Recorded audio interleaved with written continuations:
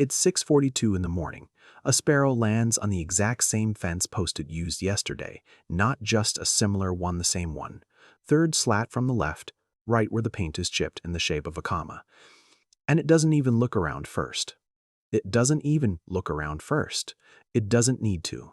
It already knows everything that's here, what's missing, and what shifted overnight.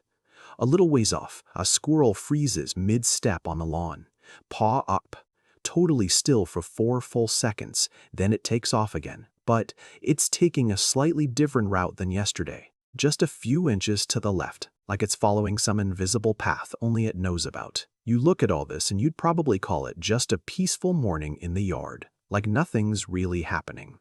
The grass is still wet and a wind chime rings once and goes quiet. But nothing happening? It's not the same as nothing going on, because underneath that silence, something is actually being negotiated. Territory, timing, risk. Every bird that lands, every squirrel that pauses, every moth that refuses to cross an open patch of lawn in daylight, none of it is random. It's commerce. It's law. It's a system running in real time, right outside your window. And honestly, you've been standing in the middle of it your whole life without ever knowing the rules.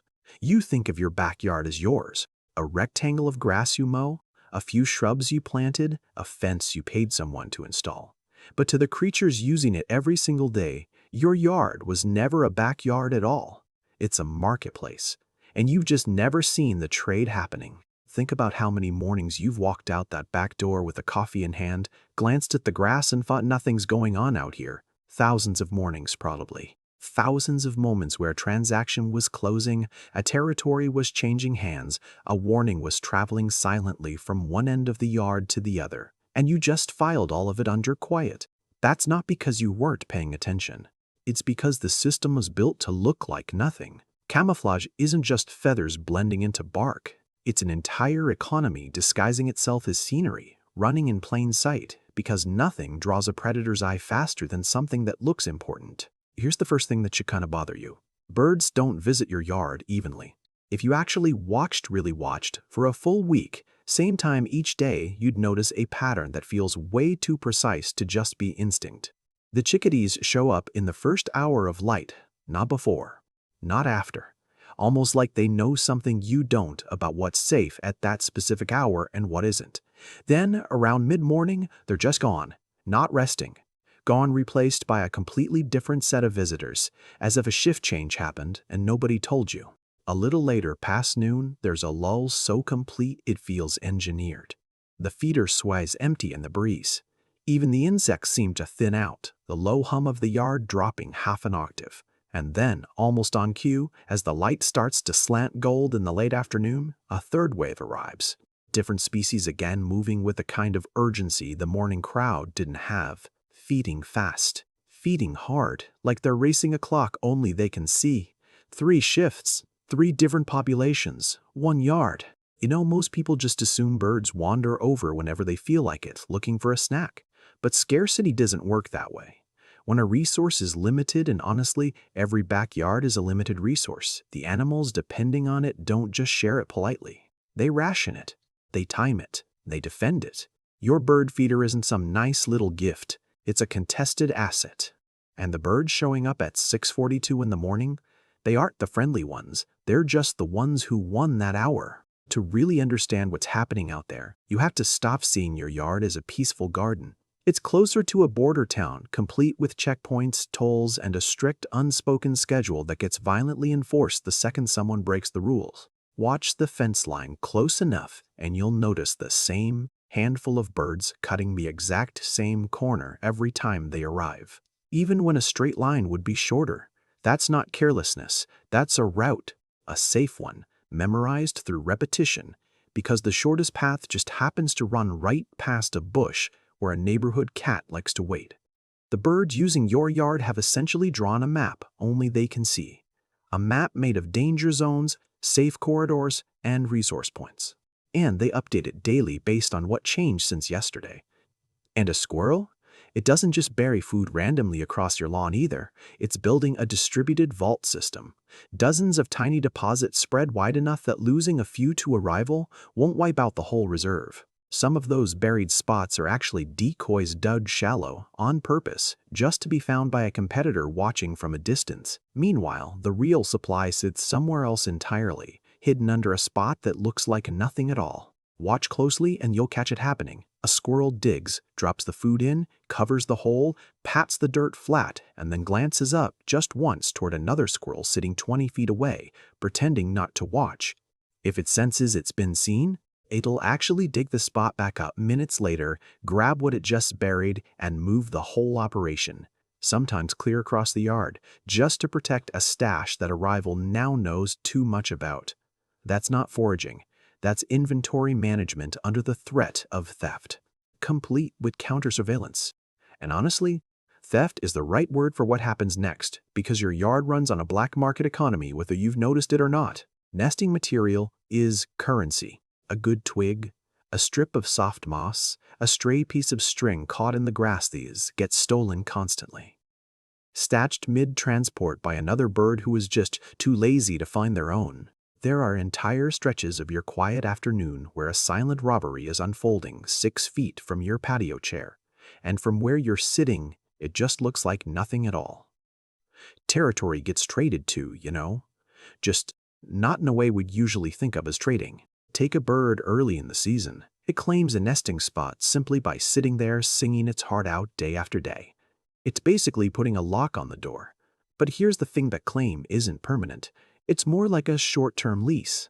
If that bird disappears for even a day or two, maybe a hawk gets it, maybe it gets sick, just bad luck, that spot does not stay empty. Within hours, sometimes even minutes, another bird moves right in. It starts singing from that exact same branch, almost like nothing ever happened. The lease transferred. The rent got paid by whoever showed up next, and honestly, the most valuable currency in this whole setup isn't even food. It's information, specifically news about danger. When a bird spots a hawk, its alarm call doesn't just warn its own kind. Other species are listening too. They borrow that warning without giving anything back, basically freeloading off this network of trust. None of them built it on purpose, but every single one of them relies on it. It's like this shared intelligence system running 24/7, and every little creature in your yard is both a contributor and a thief. If you listen real closely during an alarm, you'll notice something even stranger. The call actually changes depending on the threat. A sharp, thin, almost invisible seat sounds so high it nearly gets lost in the wind, means danger is up in the air and it's close. A hawk slicing right through the yard. The only right move here is to freeze, not run. Because up there, movement is what gets you caught. On the flip side, a harsh, choppy call low and repeating means the threat is down on the ground. A cat creeping through the hedge, something hunting by ambush. And the response this time is the complete opposite. Scatter, make noise, get chaotic, move upward. 2 different alarms. 2 totally different rules for staying alive. Broadcasts for free and translated instantly by animals that don't even share a language except the language of survival. Now step back for a second and widen the lens, because this is the part where it stops being cute and starts feeling a lot more like warfare. Every single backyard has a hierarchy, and honestly, it's brutal in a way that would look almost criminal to us. The biggest, most aggressive birds don't just eat first, they literally patrol the area. They chase off smaller birds, not even because they're hungry, but because controlling the space is the whole point. It's not about eating, it's about making sure nobody else gets to eat first. If you watch long enough, you'll see the same bird fly back to the exact same branch dozens of times a day. Not to eat, just to be seen sitting there. A quiet, visible reminder, this is mine, and I'm enforcing it. Smaller birds do something kind of crazy if you think about it. They learn the patrol's rhythm and just exploit the gaps. They wait, totally motionless, in the shrubs right at the edge of your yard, watching the dominant bird's pattern, the way a driver watches a traffic light, until the exact window opens. Coast is clear. Then they move fast, feed fast, and vanish before the whole thing resets. And honestly, some of them go even further. They actually use you as cover. A nervous, low-ranking bird will feed closer to your patio door than any of the bullies are willing to go. It uses your presence, your smell, Your movement, the simple fact that you're a large, unpredictable thing sitting nearby like a force field, the bully won't cross it. It's not because they like you. It's pure calculation. You've become a wall it hides behind, without either of you ever agreeing to the arrangement. And beneath all of that, there's a second economy most people never even think to look for. The insect layer, working the night shift while the birds sleep. Moths avoid open, moonlit grass entirely. They stick to the shadow lines cast by your fence and shrubs. Why? Because that open ground is a feeding corridor for bats who've mapped those exact same shadow lines from the opposite direction, hunting the gaps. A single missed step into the moonlight can just end a moth's night. The insects that survive aren't even the fastest ones. They're just the ones who read the map correctly. This isn't nature being pretty. This is a functioning underground economy, with enforcers, smugglers, and a currency of calories running in shifts around the clock, precise enough to set your watch to, and almost all of it happens in a space you've only ever called peaceful. Here's the part people miss. There's one more layer to this, and it makes the whole system feel less like a simple ecosystem and more like a city with zoning laws nobody wrote down. Just look at where the nests actually are. They aren't randomly scattered, they're clustered, with distinct gaps between them, almost like city blocks separated by invisible avenues. Two nests belonging to the same species will almost never sit close together unless the food supply nearby is unusually rich, and when that happens, the birds just tolerate the crowding the way people tolerate a crowded elevator, reluctantly, temporarily, watching each other the entire time. But nests from different species often cluster deliberately, tucked close on purpose. Why? Because proximity means shared alarm calls, shared vigilance, more eyes watching the same sky. It kind of feels like the animal version of neighbors who don't necessarily hang out, you know? They might not even like each other, but they still wave when a stranger's car idles too long on the street. It's not friendship, it's an alliance. Just a trade of safety for safety, where the only currency is simply staying close. And then there's the middle ground, that open lawn itself.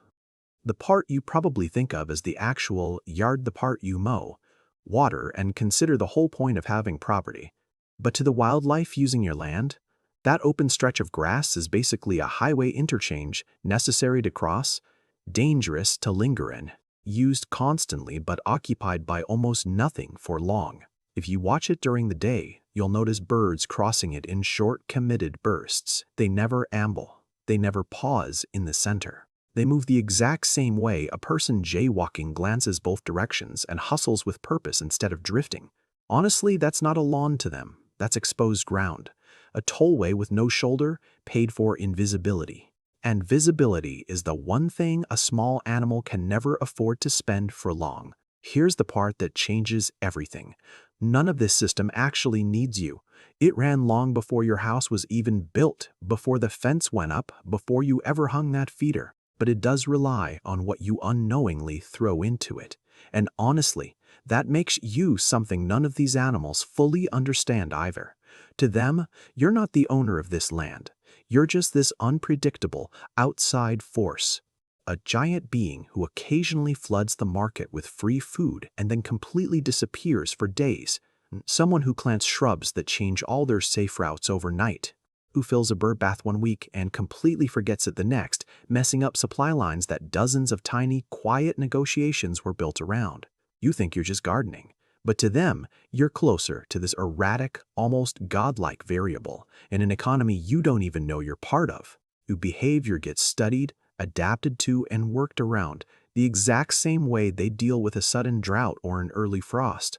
Every little choice you make without even thinking, mowing on a Tuesday instead of a Thursday, moving a patio chair 6 feet to the left, leaving a gate open for an afternoon. It all ripples through a network of tiny, high-stakes decisions being made by creatures who are watching you way more closely than you've ever watched them. Cut the grass a bit too short and you've just wiped out a dozen hiding spots that insects depended on. That forces an instant redistribution across the whole system, playing out in hours, not seasons. Fill a bird bath after weeks of leaving it bone dry, and word, if you can even call it that, travels so fast that new visitors show up within a day. They're drawn by cues you'll never fully grasp. Maybe scent, maybe sight lines, or maybe just the accumulated memory of birds who never stopped checking. Leave a pile of leaves in the corner past October and you've basically built low-income housing for an entire class of overwintering insects that will become the opening bid in next year's food supply. You didn't do any of that on purpose, right? You were probably thinking about something else entirely. A work email, what's for dinner, the sound of your own footsteps on the porch. But the system noticed. It always notices. It doesn't really have a choice. Noticing is just how it survives you. And here's where it stops being just interesting and gets a little personal. Think about the sparrow from this morning. The one on the third fence slat, the one that didn't even need to look around. It knew exactly where it was landing because it had already run the math. Safe hour, known route, contested branch, but not this early. Worth the risk, land. It made that decision in less than a second, using a map of your yard way more detailed than any you've ever drawn yourself. A map built from months of watching a world you just assumed was empty, save for some grass and quiet. You were never just looking at a backyard. You were looking at the visible surface of a system running deep underneath everything. Trades, thefts, leases, patrols, alliances, all of it moving at a pace so fast and so quiet that your brain just registers it as stillness. And the strangest part isn't even that the system exists. It's that it has always been right there, in the most familiar, most overlooked square footage of your entire life. Not some distant rainforest you need a plane ticket to reach. Just a patch of grass right behind your own kitchen window. One you've walked across 1,000 times without once wondering what it looked like from 4 inches off the ground at dawn to something whose entire survival depends on getting the next 60 seconds right. Slow down for a second, because this is the part that's easy to just rush right past. Nothing about this system asked for your attention. It doesn't perform for you, it doesn't pause when you step outside, and it certainly doesn't wait for you to notice before making its next move. It was running before you woke up this morning. It's running right while you're listening to this, and it'll keep running tonight long after the porch light clicks off and you stop thinking about any of it. That's the quiet, uncomfortable truth sitting underneath all of this. You are not the main character of your own backyard. You never were. You're just the landlord who shows up occasionally, disrupts the market by accident, and leaves again. And the tenants? They've simply learned to live around you, the way a city learns to live around the weather.